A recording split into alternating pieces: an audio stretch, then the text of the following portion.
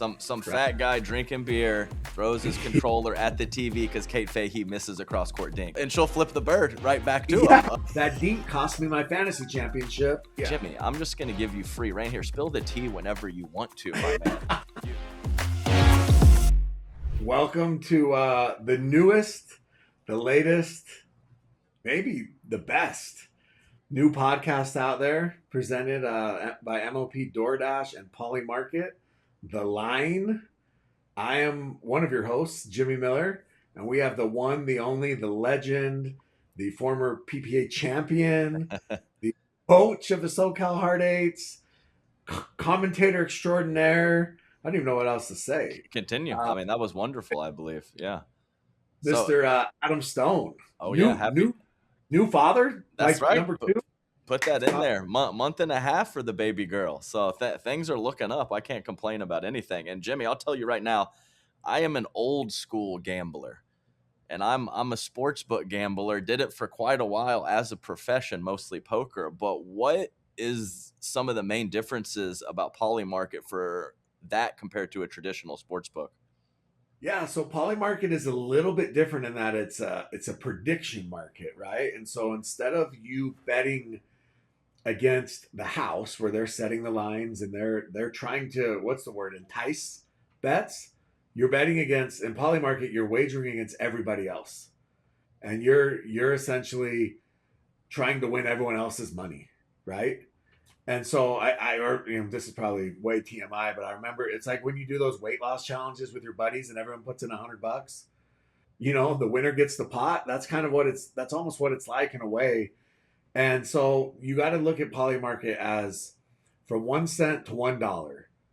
And so whatever the amount of money it is. So for example, New Jersey Fives to win MLP Austin right now is 46 cents. So that means that essentially 46% chance to win MLP Austin. If you were to place a bet, a wager, I don't even know what's the right terminology for that? I don't know. It works like, it works like stocks. Yeah. Buy them at 46 cents and they win MLP Austin. Your return is $1. And everything's based off of that, right? 1 cent to $1. And so the nice thing is, what's cool about Polymarket is if the Fives end up as, say, the 1 seed on Saturday heading into championship Sunday, and it bumps up to 87 cents, you could actually cash out right then. So you don't have to wait for the Fives to actually win it all. You're like, hey, you know what? They may lose to SoCal Hard Eights. They may lose to the Black Bears. Good chance Annalie, faces Emma Nelson and freezes up. Doesn't pick up. Yeah. And so you could cash out right then and there.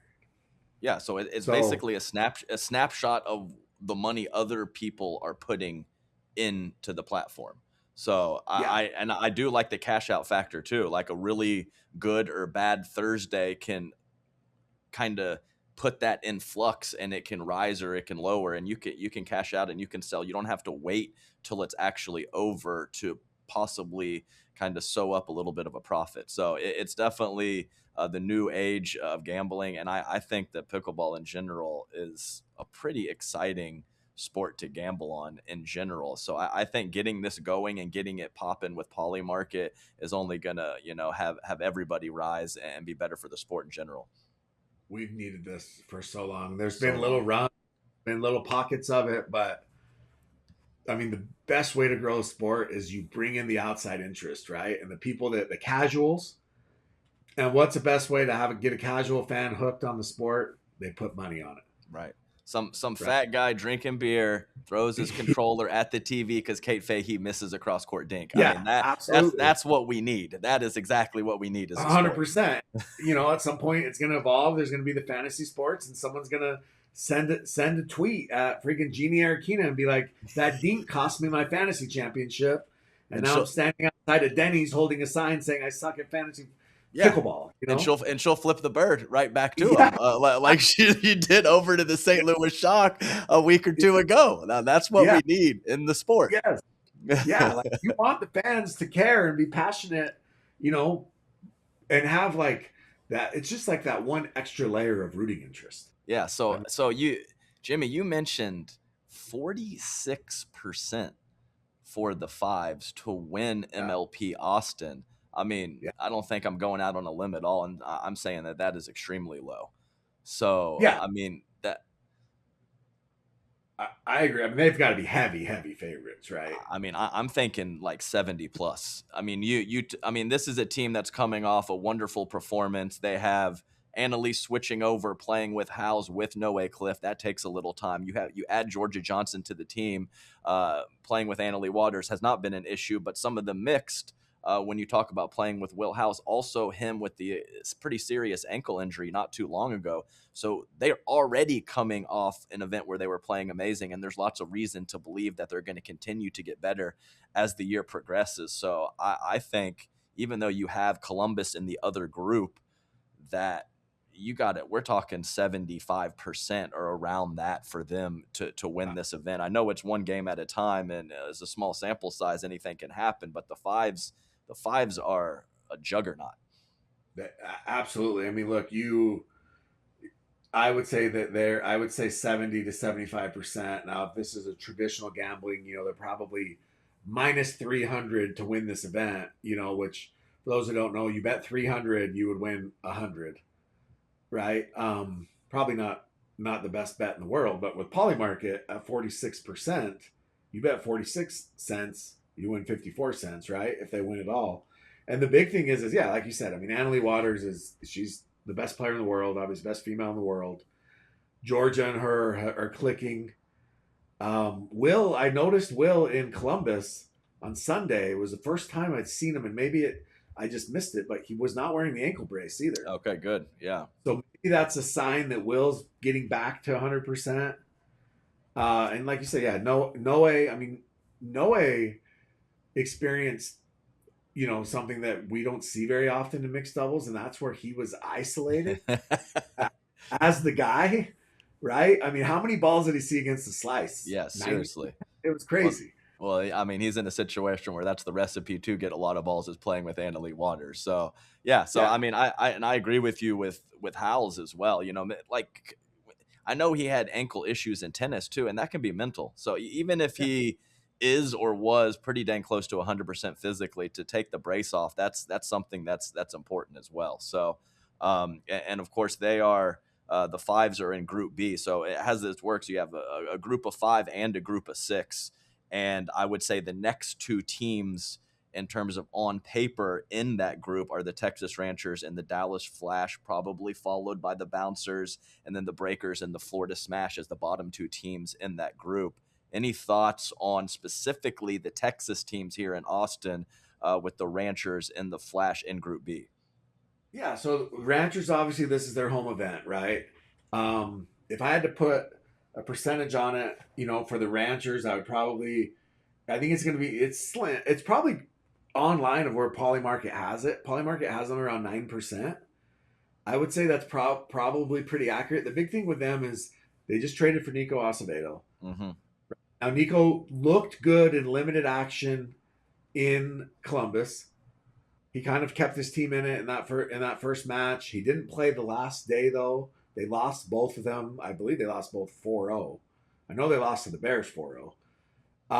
And so his value kind of skyrocketed. It was one of those things where, the Ranchers took a swing, right? You know who Dylan Frazier is.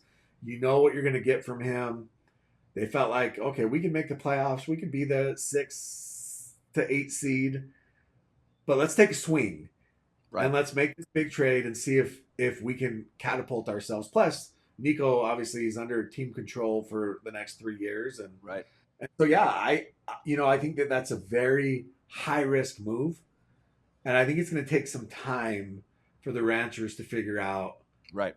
Obviously his game, Eric Hansen, and Nico's the left sider that's Exactly. going to be asked to play the right. Yeah, switching back over. And you're right, though. Team control, I believe it's a 10K asset. So, like, Yep. if you really think about the long term, that whatever it was, that quarter milli that went over to Miami in that trade. And then I believe that Dylan Frazier's that $170,000 asset. It's not that outlandish if you look at it for the entirety of the deal, but it is risky. And take the swing is perfectly said. Ranchers also Leah Jansen and Lane Sleeth. Lane Sleeth surgery on the hip and coming back into that, only played one event. Her and Leah, I believe, went 2-4 in their matches or something along those lines. So let's put a percentage on it for you, Jimmy. Or actually, let's talk about the Flash really quick. But they have the exact same players, except they added a Brooke Buckner, who came over in a deal. So that is their only new piece with Augie Good, J.W. Johnson, and Tyra Black. So if you had to put a percentage on the Ranchers versus the Flash in Group B pool play, what are we looking at? I actually think that matchup, I would probably slightly favor the Flash in that. I would say just because, in my opinion, the best player on the court is probably J Dub when J Dub's at the peak of the game. I would say he's going to be the best player on the court. And the best girl on the court or woman is Tyra. Yeah. And so I think that you have ideally, your best male, the best female. Now, maybe 3, 4, 5, and 6 are on Dallas. You could argue that, or excuse me, on Texas. Right, right. You could argue that, but yeah, I would say I would go 55%, 45% for the Dallas Flash to win that matchup. Right, and it's interesting too because you have exactly what you're going to get in Augiga and J.W. Johnson. And then you have way more wild card status with the Ranchers. Nico on the right obviously has a great skill set, and even Eric Onsens has a little bit more variance in his game. But when he's on, I think it's very fair to say that he's a more dominant player than J.W. Johnson. It's just when he's not on that can be more of the issue. So I would probably go a little bit higher and go 60, maybe a little bit above 60%. For the Dallas Flash. But I mean, love Brooke Buckner, but I'm sorry, Brooke is definitely not Georgia Johnson. And when you're talking about playing with her brother and the firepower that she brings on the doubles court, that definitely drops the Flash a notch when you talk about that move that they made to have her in the doubles lineup. So, yeah, absolutely. And I think with the Flash is, I mean, Augie is he is a good singles player. I'm not. This is no, But then you're everybody's spending money on these Dream Breaker guys, right? I mean, look, Chris Hayworth, right? Samantha Parker they spent money on, and Gabe Joseph. I would say that Ivan Yakolovich is the prototypical Dream Breaker. Again, good singles player, big, powerful guy, but he's not like this massive name that's finished top 10 like JLG and the others. So they might have a little bit of a weakness there. Yeah. When it comes to that Dream Breaker, which will be interesting.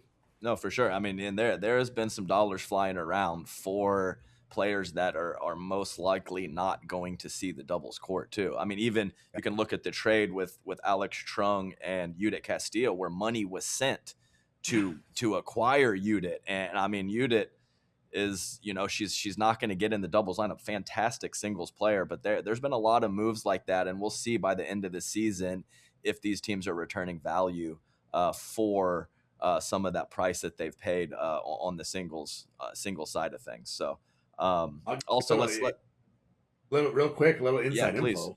We, the Black Bears, we have been offered the max amount for Kiora and Sarah to come and play singles for top teams. Yeah, with single, and I guess they're a little bit different than some of the veteran singles players where they're singles savvy now with doubles upside. So I think that probably changes a bit of the dollar value. But hey, Jimmy, I'm just going to give you free reign here. Spill the tea whenever you want to, my man.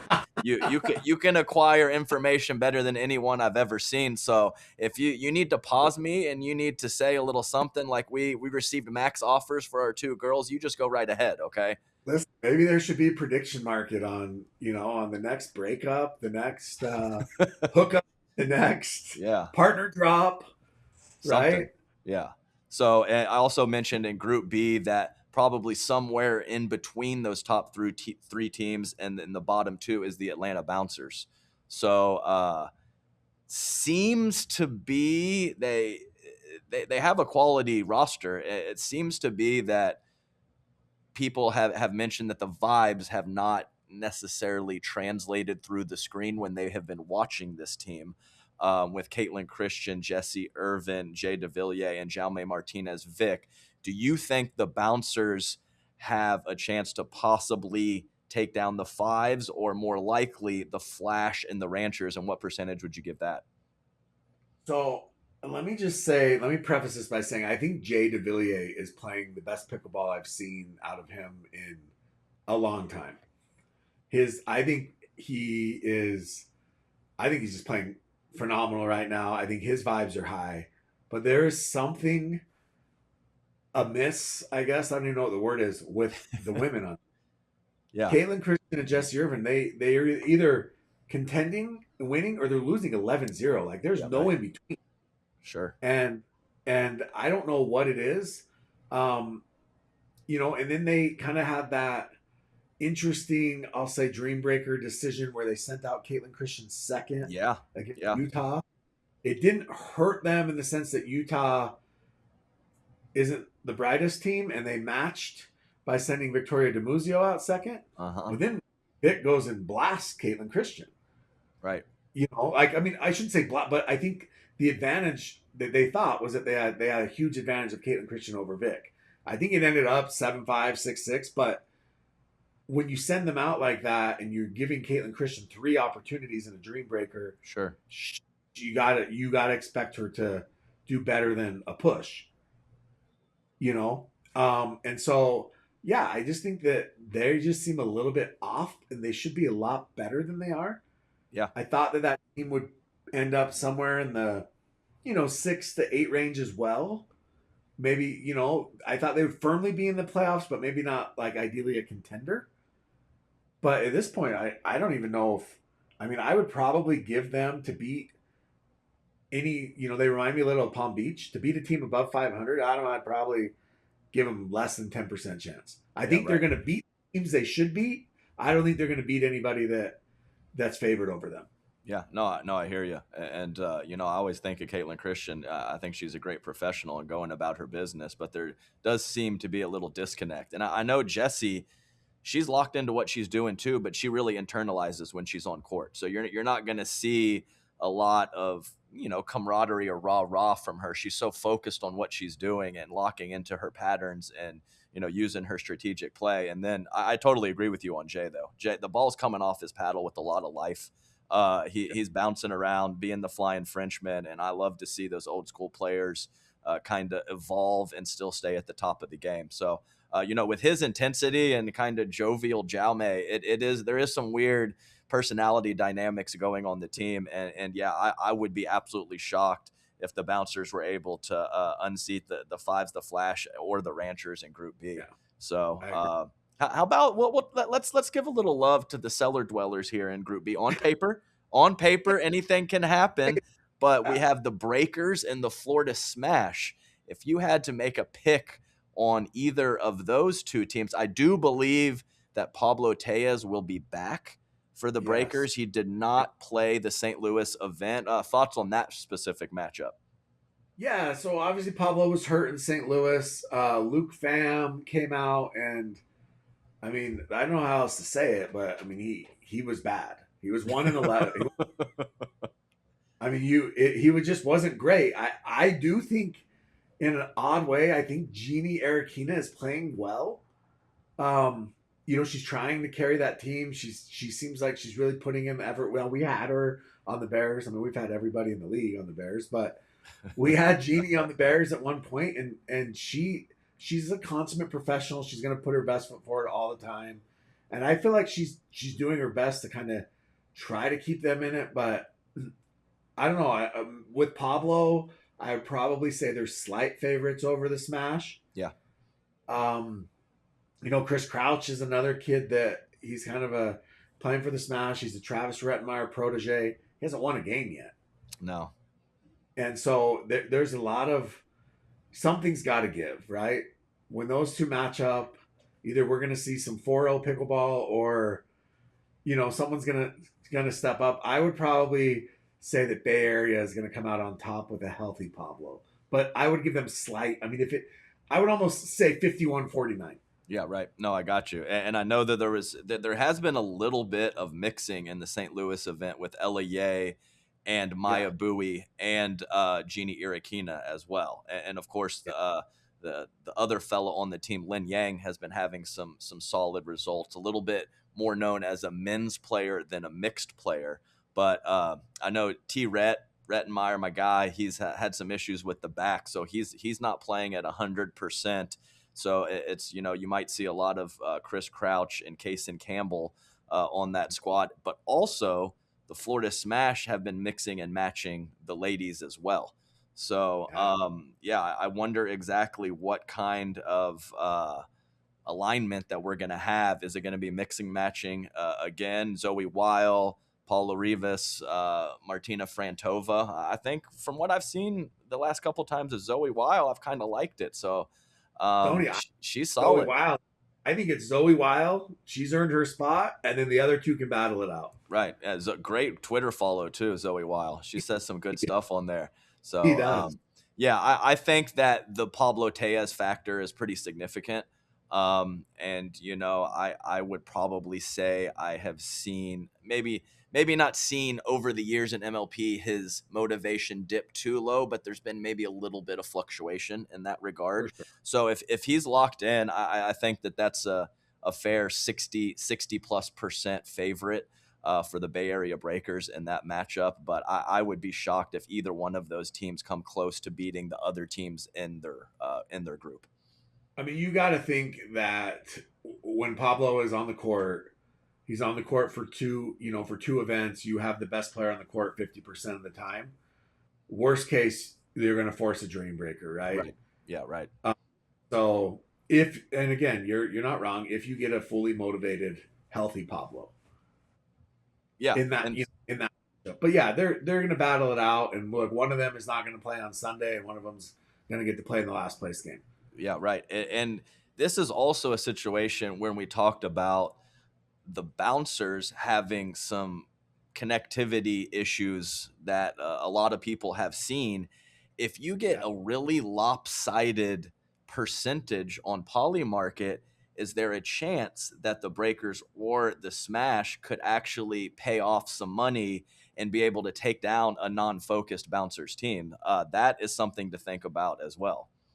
Yeah, absolutely. I mean, if you were looking for the upset pick of the weekend, I would say that one of those teams taking down Atlanta, would probably have, be that pick for sure.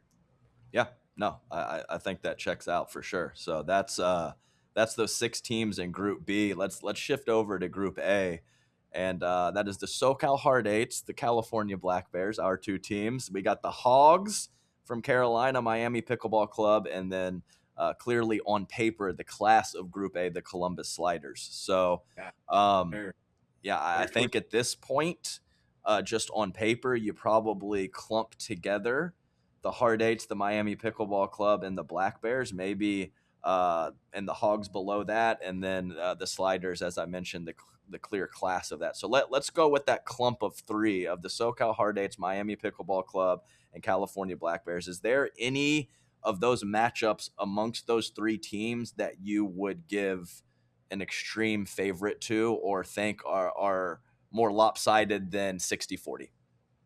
So the interesting thing about that is, my initial gut is that those three teams are going to beat each other up, right? I feel like that could be one of those things where the Black Bears beat, this hypothetical, they beat Miami, Miami beats SoCal, SoCal beats Right. the Black Bears, and then it ends up coming down to where this is where point differential could really matter. Something to that effect, because Adam, I don't know how many opportunities. I mean, these are obviously rebuilding teams with young players that didn't spend as much as some of the other teams out there. How many other opportunities are they going to have to legitimately finish second or Yeah. third or fourth place, excuse me, in an event? That's a lot of points. That may be more points than they get in any event for the rest of the season. No, for sure. I mean, And the so bottom line is, yeah, Group A is on paper is not deep. It's not a deep pool. it's a There's only one massive, heavy hitter. Yeah. yeah, and just to, you never know, but The Black Bears in Columbus beat Columbus's women, and they had game point on their men and ended up Yep. losing 13-11. And had they, had you Bears win that, you force a dream breaker, and then anything can happen, right? But I would still say Columbus. I would put them 85% favorites to win that pool, maybe higher, to be Yeah. honest with you. Yeah. I mean, I think you have It to would put them take, as favorites. And then yeah, I would probably put SoCal second. my I guy. think, yeah, I mean, I think SoCal has, you have Megan Dazan and Kaylin Campbell. Megan and Kaylin pushed Brooklyn to the brink without a bad bounce. I think they may win that game, Yeah, for sure. right? Ended up pushing to the brink. I think that obviously Armand's playing well, and I hate to say this because we're gonna play you, but I think you found something with Rafa Leonard. Yeah. So no, And yeah, yeah, I agree with you. We had a bad Friday. We didn't play well against the Night yeah, Owls, and we kind of spiraled against the Diamonds on that Friday. But the first day of the event on Thursday against the Flames was good, and we played very well against LA and Brooklyn in defeat. So yeah. no, I think that definitely checks out. And how about you with the Black Bears? You got any inside info on possible how you're gonna line up the ladies or the fellas? Or are we going to Yeah. go So standard? Or is everybody going to get some PT? Like I what's mean, the word on yeah, that? we played everyone, right? Columbus. It was like let's see what we have and kind of figure this out. The most impressive player for me, I mean, Sarah Dennehy was good. She it took her time, right? We played the Bouncers our first match and just got destroyed. I think that it was the first MLP experience for all of these guys. We're a young team. I mean, our oldest players, 24 years old. We're a very, very young team, and I think that it just took them time. None of them have MLP experience. Michael Lloyd, other than Michael Lloyd, Yep. um, at the time, who's not even on the team anymore, and so it took us a little bit of time to adjust. But then as we got into the weekend, it's kind of similar to you guys, right? You guys had the one bad day, but as we got into the weekend, it was like, wait, our guys are up 9-3 on Will Howes and Noe Cliff. Right. Our girls just beat Columbus. We just swept Miami 4-0. And so I think they started to gain confidence. Sure. And I think, Sarah and Kiora are our top two girls. Emma Nelson is more than competitive. She's very, very good, but she's also 15 years old. Yeah, I know. And so it's like I think she can hold her own. I think she's a great player, but at 15, it's the other two have a little bit more experience, and so I think we probably ride those two. And on the men's side, I don't know. I'll be honest. Like Anwar has locked down the right side. I mean, there's a clip if you go watch us play the fives where Anwar destroys Will Howells 4 points in a row, 5 points in a row, and Will didn't know what hit him. He was shocked. Dude's a heavy hitter. I mean that He is. you can't take that away from him. Yeah, The not flies coming off back. the paddle. Yeah. Now, obviously, he's got a lot of other things he needs to work on dinking patterns and his pickleball IQ. He relies a lot on his power, Sure. and so that doesn't always work with everybody. And he's got a lot, but the potential's there. And then yeah, we have James Delgado who we just picked up. Just he's the same guy, same thing, right? Heavy hitter, Heavy. big guy, mixed. He loves to speed everything up. He loves to test you with his hands, and sometimes you question if that was the right shot, but you kind of live and die with it. Yeah. No, for sure. So yeah, I feel like we're like that ultimate boomer bust team. Yeah. If we go and we beat, you know, I don't know. I mean, the top echelon teams, I feel like there's the gap there. But if the Bouncers were in our division and we beat the Bouncers, it wouldn't shock me. Yeah. And then we turned around and lost to Carolina, it wouldn't shock me. Yeah. No, I hear that. Yeah, and I think our teams are, we have a little bit more veteran presence than you, but for the most part, it's those teams like our two teams that the veteran teams and some of those teams in the top 10, they might be a little bit better by the end of the season, but there's some teams there in that bottom 10 that could be a lot better by the end of the season, and these MLP reps are huge for that. So I think that the SoCal and the Black Bears definitely fit into that. Yeah. Yeah, and all that being said, you found something in Rafa Leonard. Here's a little insider info. We're gonna go with Will McKinnon for a couple different reasons this week, and I'm not gonna share those. But Rafa Leonard has been playing some great ball. The guy won city's a hard worker. I love what he's brought to the team so far, and Will McKinnon has a lot of game as well, a little bit more volatility in his profile than Yeah, Rafa Leonard. But we're gonna give the kid a crack this week and weekend and see what he can come up with. He's got some great offensive combinations and some yeah, great ball skills. And if he cleans up a little bit of the soft stuff, he's somebody that's dangerous. yeah, absolutely. I mean, yeah, not to obviously Rafa Leonard stood out to me, but that doesn't undersell, Will's ability. And he's still another kid that's super young, right? Yeah, But 17, about to be 18, right? yeah, but I would say those three teams. I mean, it's a pick 'em between those three. Um, if kind of like we talked about, I think Carolina, Frenchie's always dangerous. DJ's always dangerous. You never know what Frenchie's version of those underrated. Frenchie, I mean, he the is. dude doesn't really miss, man. He doesn't. He doesn't miss. And you know what else? The crazy thing about Brandon French, he's also really good at singles. Yeah, I I think know. people are always surprised how good he is at singles. Yeah, he's beat Noe Cliff. I know that, and he's had some really Yeah, tight score lines with really good could players bend too. the three, beat Noe. Yep. Um, they went to Dreambreaker with. Oh man, I'm trying to remember who they went to Dreambreaker with in Columbus, and he was just eating their lunch. I can't remember who it was, but yeah, he's underrated. He's kind of crafty, does some unorthodox stuff, and 1 game to 11, he's dangerous. Yeah, and so let's talk a little bit about who could possibly play for the Hogs in Miami, and then we'll throw out some percentages. Yeah. So, do you think it's going to be Michael Lloyd or DJ Young with French and Men's, or could So they just go with the big boys and French sit on the bench, which I don't think is going to happen. But I don't think that French is the de facto coach and GM over there, yeah, anyways. So I would say it's going to be French and DJ.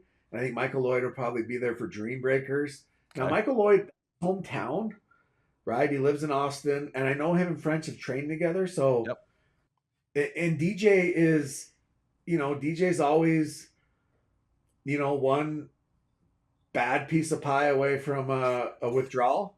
And so you never know with him.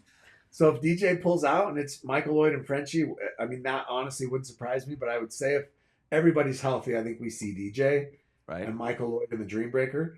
I would put the other three teams ahead of the Hogs yeah, right, um, right yeah, now. definitely, But, and but Miami is the other one that's interesting. right. So do you think that I mean, I think it's pretty clear that they're going to go Yuta on the right, Dylan on the left. But do you think Clayton Powell will be playing mixed and Yuta will be on the bench for that? Yeah, I think so. I don't Yeah, think Yuta is a great mixed player. right. I think Clayton Powell. I think you have to play Clayton Powell in mixed. And I think that Yuta, yeah, I think Yuta goes to the bench. They picked up Riki. I Yep, think she will help them in Dream Breakers. Now, for definitely. those that don't know, she's like a Japanese.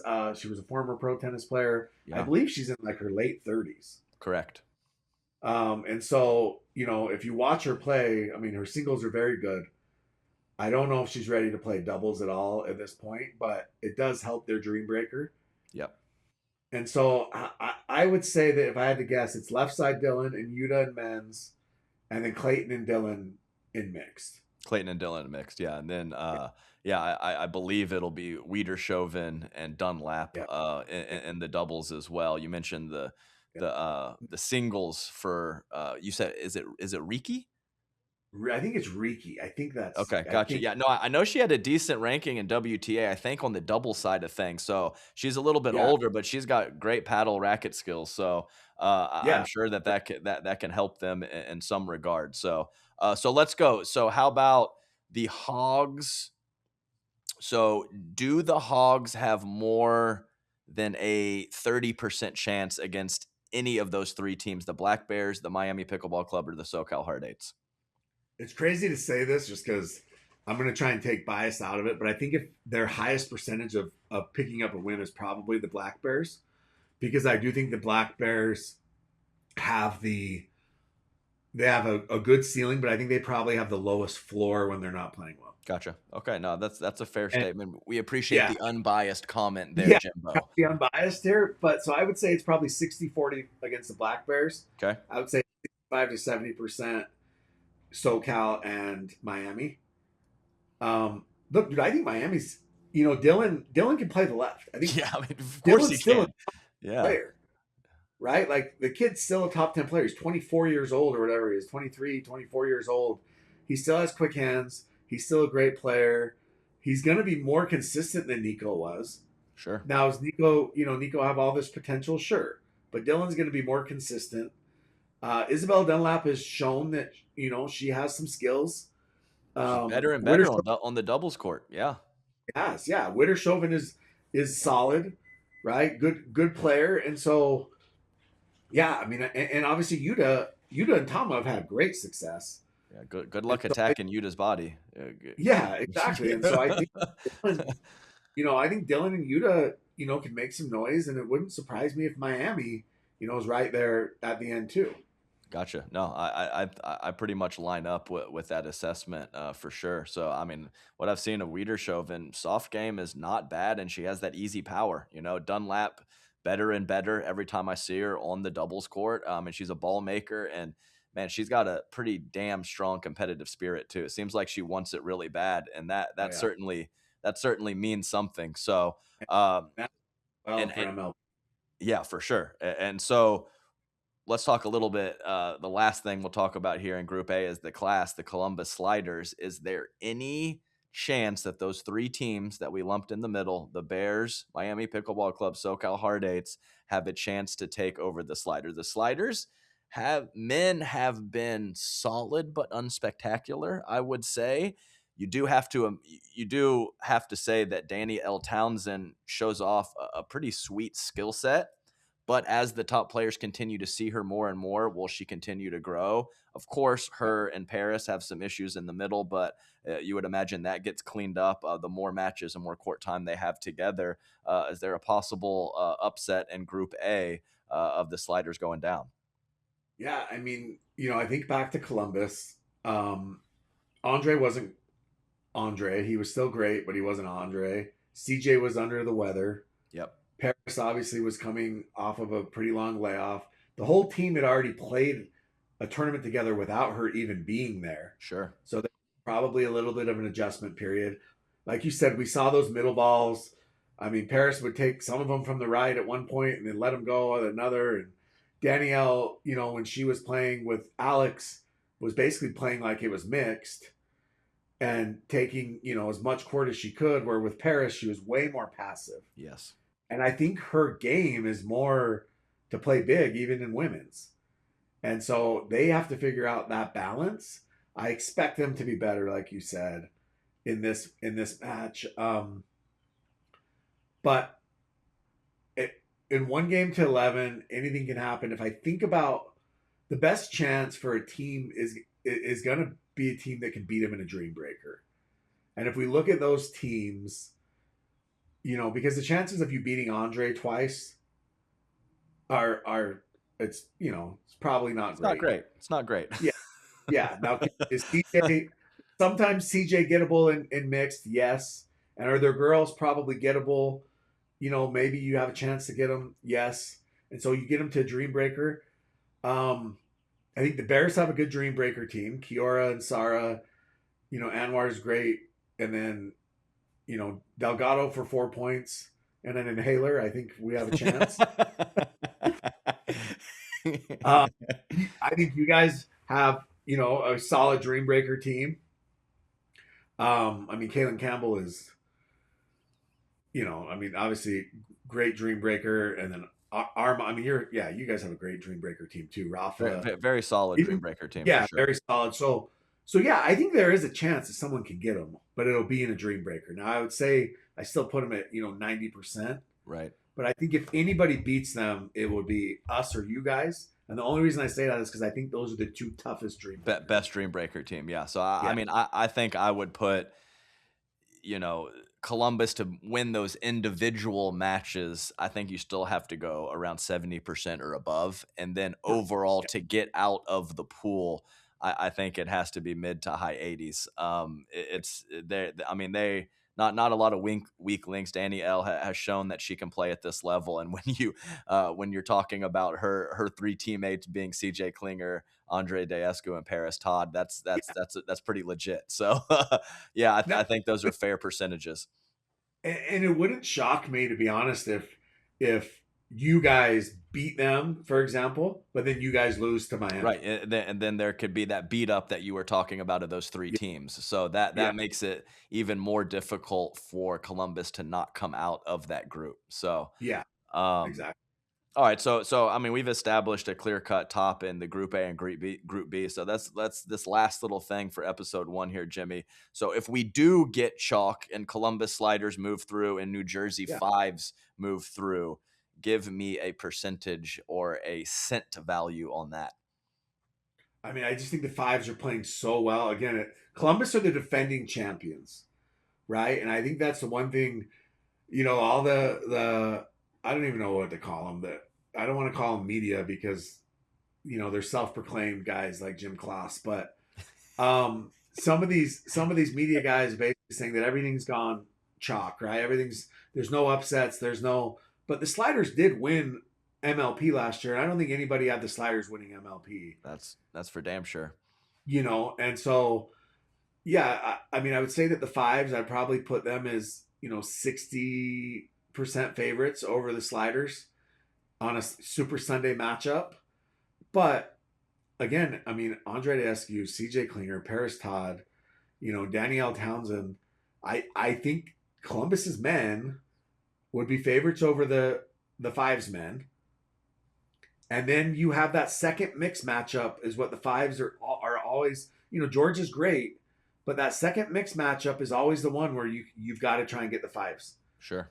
Yeah. You assume Annalie's going to win both, and then you get them in the second mix matchup, and then you get to that Dream Breaker, and obviously anything can happen. That's another team where Lina and Martin are not going to come in for a Dream Breaker, obviously, and so you go Andre, CJ, Paris, and